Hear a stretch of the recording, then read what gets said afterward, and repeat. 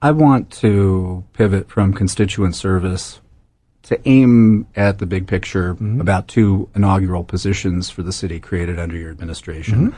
Earlier this month, we heard that Tamara Stewart, the city's inaugural chief equity officer, would be leaving the city to pursue opportunities in the private sector. Now there's the word about the inaugural director for the Office of New Americans. Story in the Times Free Press this morning. Comments to the city council last night. There's things that you can say, can't say, HR, all the rest of it. Yeah. So the big picture that I wanted to focus on here is, because the Office of New Americans reports to the chief equity officer. That's correct. Yep. The big picture I wanted to focus on here is, do you expect to fill both of these positions? What's the timeline, given how long it took to create them and also to fill them both? We are fully committed to the goals and ideals and the mission of both the Office of Equity and Community Engagement and the Office of New Americans. And so, yes, I mean, I obviously can't and shouldn't comment on HR issues, but no, we're 100% committed to that. And so we are going to kind of drop back and work with our community partners. Again, the job of the city is not, particularly with a nonprofit ecosystem as healthy and functional as ours, is not to replace or in any way sort of supersede existing community partners, but rather to work with them and help connect the dots to amplify their efforts and to accelerate their efforts. Help them find sources of funding and so on. And so we're 100% committed to the ideals.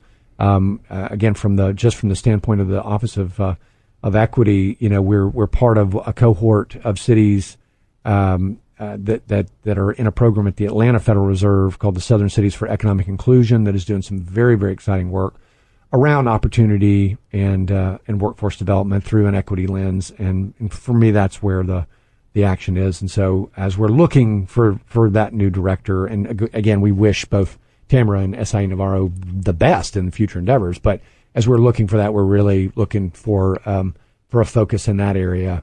And, very frankly, same as it ever was with the Office of New Americans. I mean, that position was created to help Chattanooga become a more openly welcoming city to the number of immigrants we get from all over the world in Chattanooga on a weekly basis. And so, again, the ideals have not changed and will not change.